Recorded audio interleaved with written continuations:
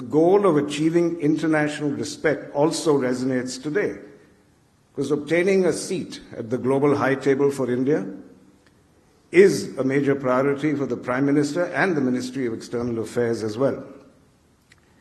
And if that is correct, then I think that gives me a very powerful cue to embark on the theme of my address this evening, which is that business and commerce can make a vital contribution towards our aspiration of earning international respect. So what is it? What is that thing or those things that create global influence, or Antarrashtriya Samman? Now, there's reams of scholarly literature on the subject, but Secretary Quatra again told me that the last thing they were expecting from me was an academic dissertation. So please do not expect quotes from Max Weber or Hegel from me today.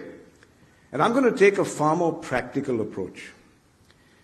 Let me look at the country which, for better or worse, is regarded as the most powerful and influential nation in the world today, the United States of America. And I believe there are three self-evident pillars to America's global position of power. One, world-leading military might. Second, unparalleled soft power and influence across the world. And three, a dominant role in the world economy which embraces the power of American businesses. So I ask, could this inspire a template for our own journey? Can we create a three-pronged approach that is uniquely Indian and will earn us Antarrashtriya Samman, or international respect? Now, from his actions, it's clear that Prime Minister Modi has understood the importance of all three prongs, and he's working feverishly on all fronts. A Vikasit Bharat, founded on Atmanirbharta, is central to the Prime Minister's vision of a successful and prosperous India on the global stage. It's the key to ensuring that we as a nation get what Vajpayee called Antarrashtriya Samman. And it is the need of the hour given current global uncertainties, as Ashok outlined. At an event last week, Prime Minister Modi recalled his vision for a developed India. And he said, I quote, "The decade that we are in now is the most important decade of independent India so far.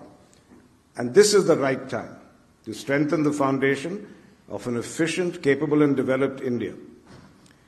So with that same spirit of urgency, let me come back to talking about those three sources of influence that I alluded to. And as a businessman, I will dwell largely, of course, on the third prong, the economic power. But I do want to spend a bit of time emphasizing something that I think we do not sufficiently acknowledge today. That without industry as an actor, the first two prongs, military and soft power, would only be pale shadows of themselves. And let's take military power to begin with. The development of the military-industrial complex in America was the pivotal factor in building the might of its armed forces. And of course, there was substantial government funding and spending on military research for sparking innovation. But it was the formidable manufacturing capabilities of large American corporations like Lockheed, Northrop, and General Dynamics that provided the muscle and sinews of American military power. And I say that today there is a huge opportunity for an Indian version of a military-industrial partnership to emerge. We welcome the lists of defense hardware that have been put out by the Defense Ministry and which ensure that certain products can only be sourced from Indian suppliers. A step that speaks of confidence in Indian industry, and that's a promise we will fulfill. And the very nature of warfare, as we all know, is changing dramatically, with mosquito-like drones taking out elephantine tanks. And with this emphasis on cutting-edge technology, I hope to see a flood of innovation in the next few years, particularly from the IT sector. Innovative Indian companies are going to have a vital role to play. And India has one historical advantage that attracts companies like mine. It makes me very proud that in spite of having the fourth largest military budget in the world, independent India has never fought a major war of aggression. Even in international conflicts, we've always been part of the UN peacekeeping forces. And that tradition of using military might only for defense and deterrence, that's what earns us the moral high ground. That's the moral high ground combined with military strength which earns us respect and which will continue to do so. Now, what about the role of business in soft power? And if we look at the American playbook again, their soft power dominates the world's mind space. Hollywood sells the American dream to the entire world. Gigantic corporations purvey American music to every corner of the globe. And of course, international students still flock to American universities. And interestingly, all these manifestations of soft power are privately funded. And yet they have a disproportionate impact on America's prestige. Indian music has influenced world music from jazz to the Beatles. And going out for Indian is now a weekly mealtime call for many around the world. RRR, as we all know, was able to get the world dancing to its tune. But I think we need to imagine things on a much larger scale. I mean, just look at the K wave that is sweeping the world. That small nation of South Korea has had an outsized impact on the world. And maybe we need to change gears to create our own I wave. The superheroes of our epic and folktales are more than a match for the Marvel Universe. But even superheroes need help. We need larger scale corporations in media which can digest the upfront financial risk required to turn this heritage into new IP and content. And very frankly, Reliance's recent acquisition of Disney India is a welcome step in that direction. On the education front, alumni of Indian universities are running huge global corporations.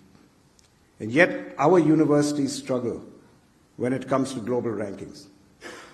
And that's another area of opportunity for private players, because we have top-class technical education institutions, and under Prime Minister Modi, the proliferation of new IITs, IIMs, and AIMS has been mind-boggling.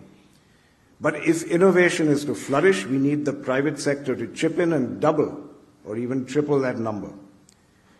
Private universities such as the Azim Premji University or Shiv Nadar University are stepping in. And I would like to say that our own Mahindra University has been set up with the dream that India's private universities would someday rival the best in the world, not just in the sciences, but in the arts as well. Autonomous institutions endowed, nurtured, and supported by the wealth of Indian corporations could make India a driving force of soft power. So in short, just as in America, private enterprise and soft power are made for each other. And now down to business, the third prong. Let's talk about economic power and influence. How does business emulate the prowess and the scale and global dominance of American companies? And as I said, it's ironic that some of the most notable American transnationals and new age businesses are headed by CEOs of Indian origin. Satya Nadella, Revati Advaiti, Sundar Pichai, and the list goes on and on. But they are enabling the continuing dominance of US businesses, not the creation of Indian ones. And in order to gain global influence, very large Indian corporations or very innovative Indian corporations must find a seat at the high table. As Ashok referred to it, in 2023, I was fortunate enough to be invited to a meeting at the White House called the Tech Handshake, presided over by Prime Minister Modi and President Biden. Who were the people that President Biden seated, quite literally, at that high table? Tim Cook, Sundar Pichai, Satya Nadella, Sam Altman. And the projection of economic power was unmistakable. And what power was he projecting? It was not just the power of scale, also the power of innovation and disruption. Nobody knew Sam Altman till a few months before that meeting. Today, both of these are symbols of economic might. And there's a story about how once President Nixon jokingly offered a world leader any of his generals in exchange for one of their star generals. And in response, that head of state said, "I would like General Electric, General Dynamics, and General Motors." Now, this story itself may be apocryphal, but it underlines the fact that the success of business domestically and globally contributes to the respect, the Antarrashtriya Samman with which a country is viewed.